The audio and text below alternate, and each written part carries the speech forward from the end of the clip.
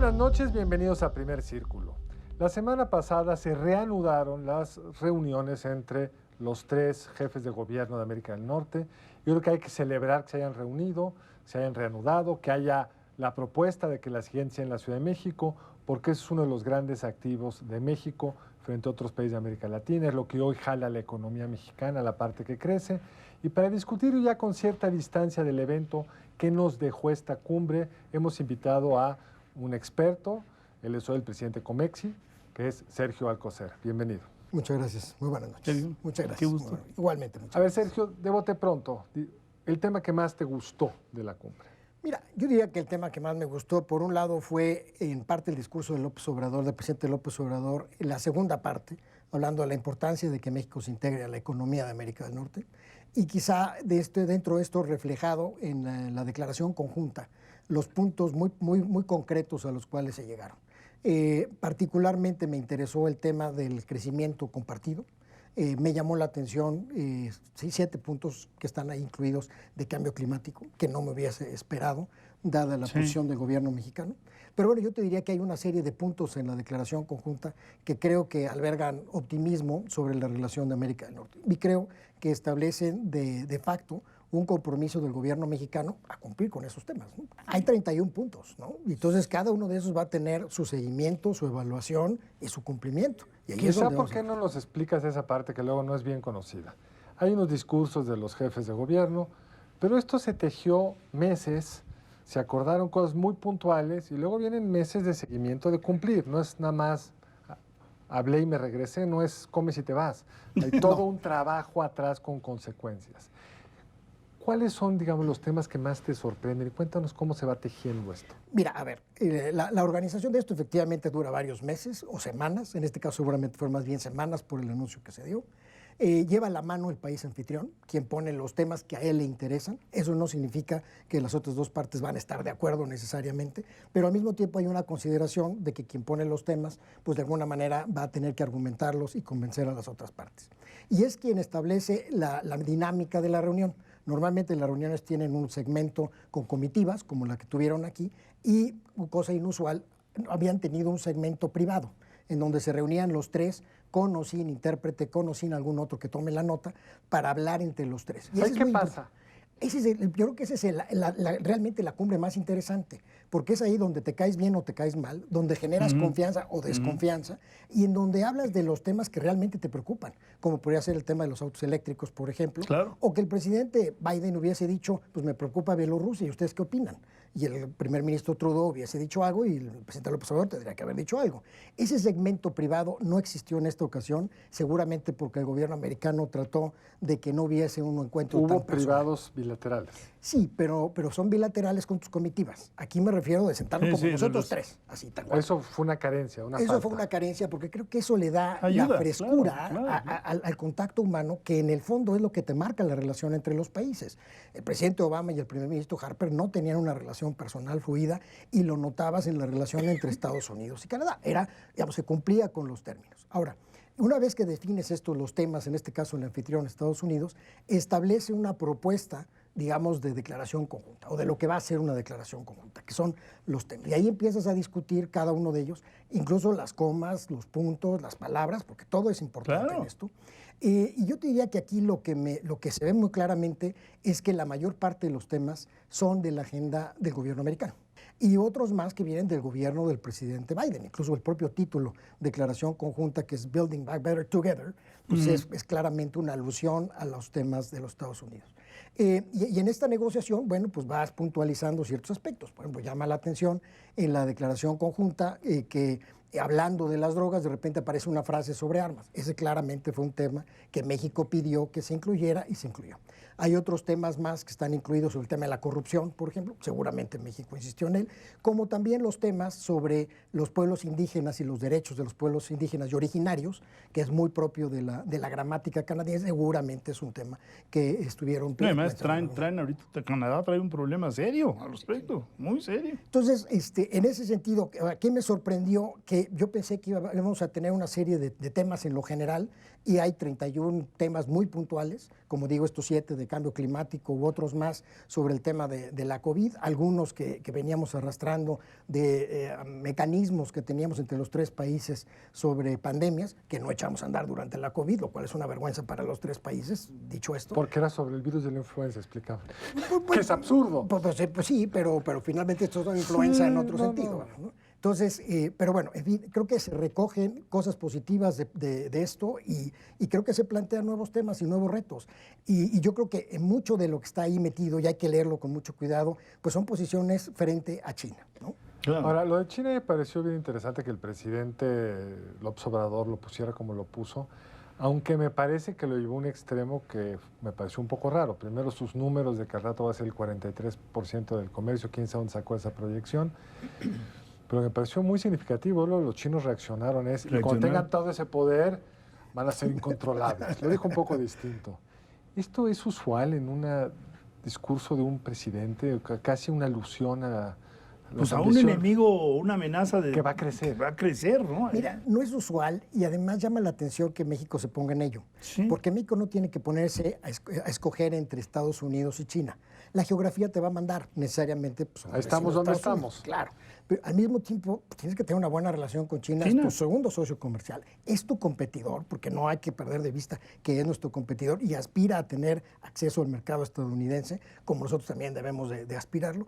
Pero al mismo tiempo, pues no dejar esa apertura. Llama la atención que lo plantea en un entorno de proteccionismo para la región, ¿no? En donde nosotros Sustitución de importación de los 60 adaptada a América del Norte. Exacto. Lo cual va un poco en contra de lo que busca el TEMEC, o lo que buscaría un tratado de libre comercio, que lo que quieres es que tus mercancías no nada más se comercien entre nosotros, sino se comercien en Europa, se comercien en el Medio Oriente o en donde sea. Ser competitivos, ¿no? En el mundo y para el mundo. Absolutamente, ¿no? Pues fue una visita de Ken Salazar, el embajador de Estados Unidos, a Palacio, la que hizo que hubo un viraje, un cambio de posición en la presidenta. Pues es mucha la casualidad de que General Motors anuncie en esas horas que si México no cambia su política hacia las energías limpias, pues ellos retirarán inversión. O sea, es una visita medio incómoda, ¿no? Porque también en tu casa te están armando... ¿Tú cómo le dirías eso? Te iba a hacer exactamente la misma pregunta. Pues mira, no hay casualidades. Finalmente todo tiene, digamos, estamos hablando de las leyes de Newton, una reacción y una reacción. Entonces, en este caso, pues las cartas que mandaron los congresistas, la propia entrevista que tuvo el primer ministro Trudeau con una serie de congresistas, preocupado él de la posición de Estados Unidos. Todo esto juega para un entorno y finalmente son los matices que tú ves reflejados por escrito en una declaración conjunta. Y naturalmente, pues todo esto está abierto a jugarse. Por eso es tan importante este segmento privado, porque es ahí en donde tú le puedes decir a la otra persona, oye, este tema de los $7,000 que quieres meter de créditos para los autos eléctricos, pues a Canadá y a mí nos vas a afectar. O sea, hay que aclarar por qué, porque esos créditos están condicionados a que los autos sean hechos en Estados Unidos. Y eso es lo que a partir del año que entra. Ese sería violatorio del Telecán, bueno, del TEMEC. Exactamente. Y además, pues realmente es disruptivo para las cadenas de valor de una de las industrias más potentes para América del Norte, de la cual México, pues, sin duda, se ha beneficiado. Entonces, bueno, yo te diría que en todo esto, todas estas partes juegan y están en constante movimiento y se mueven al momento de que estás hablando. A mí la parte simbólica que me pareció más interesante fue, y no recuerdo haberlo oído así, pero ustedes tendrán probablemente más memoria que yo, cuando el presidente dice, y lo repitió en la mañanera, nos trataron como iguales. Que es muy raro que uno vaya a decir, me trataron como igual. Y luego Biden lo repitió, como si quisiera dejar cómodo a un presidente que en su parte corporal no se veía tan cómodo en algunas tomas. ¿Qué nos dirá esto? Mira, a ver, ciertamente la relación tiene que ser de iguales, pero creo que la relación de iguales te lo ganas siendo igual, no diciendo que quieres ser igual o que me trates como igual. Entonces, digamos, si tu posición para ser iguales implica hablar del futuro de la región y que el futuro de la región está marcado por energías renovables, pues esa es la mejor manera de que te traten como igual. Si el futuro de la región está marcado en el respeto a los derechos humanos y en la protección a los migrantes, pues ese es el tema que tienes que tocar. Pero, digamos, tocar la puerta y decir, oye, trátame como igual, no seas malo, ¿no? Sí trata. Y el otro, pues en una actitud paternal, te digo, te voy a tratar como igual. Me parece que no ayuda justamente a que la relación sea precisamente. Pero el presidente se fue muy contento de la cumbre porque creo que en lo general le salió bien. Yo te diría que sí, yo creo que al presidente López Obrador le fue bien. Lo que creo que va a ser muy interesante es cómo traduce eso en las políticas públicas de su propio gobierno para cumplir en con particular la energética, porque el presidente está muy orgulloso de que no se habló de la energética, pero estos acuerdos no dicen reforma energética, pero son sobre las consecuencias de las políticas energéticas. Pues mira, hay apartados muy explícitos sobre incrementar la penetración de las energías renovables, cosas de apoyos de carácter técnico y demás. La pregunta es, ¿eso lo va a lograr hacer CFE, que no tiene recursos para ello? Pero no solo CFE, sino la lógica de la reforma propuesta. Sí, también. Que es que no se conectan primero a los renovables, porque según esto son muy inestables, solo los hidroeléctricos, que tú como ingeniero sabes mucho mejor que yo, que su potencial de crecimiento es casi cero. De hecho, hay una cosa que no se ha hecho todo el énfasis. El presidente López Obrador mandó una carta a Biden diciendo que iba a invertirle $10,000 millones en renovar las hidroeléctricas y ya resultó que son solo 800. Sí, hombre. Sí.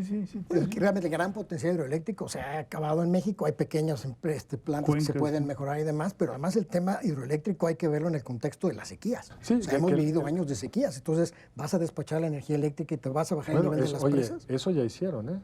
El Jorge Andrés Castañeda tiene unas gráficas muy interesantes de cómo el promedio de almacenaje en las aguas, tanto en estiaje como en aguas, está por debajo de la tendencia histórica y parecería que es porque se despachó ese bien que sí compite con otros usos.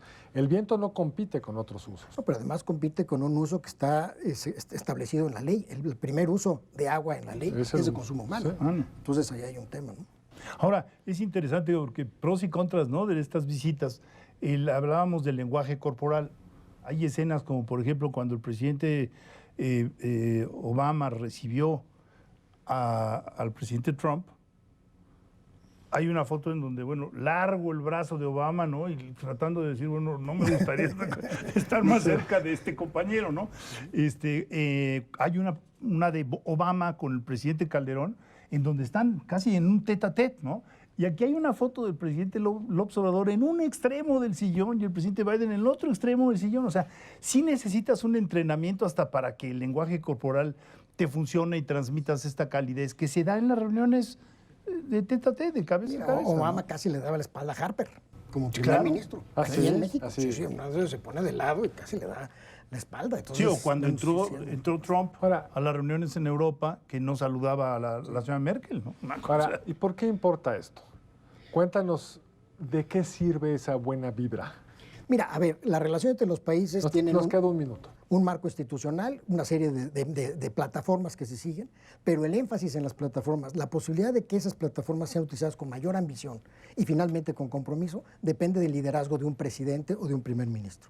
Si ese primer ministro o ese presidente se lleva bien con el otro, va a dedicarle capital político y tiempo para que esa relación vaya más rápido y mejor. Esa es la apuesta que hace. Y vayan quitando obstáculos y ese tipo de cosas. Porque además sabe, en este caso el funcionario de segundo o tercer nivel, le va a hablar a su amigo. Y que en la próxima reunión le van a preguntar ¿y qué pasó con este tema? Y nada que le diga, pues es que no nos pusimos de acuerdo. Además nos mandaron un embajador que es muy cercano al presidente Biden, lo cual es una buena noticia. Y además que está acostumbrado a hacer cosas.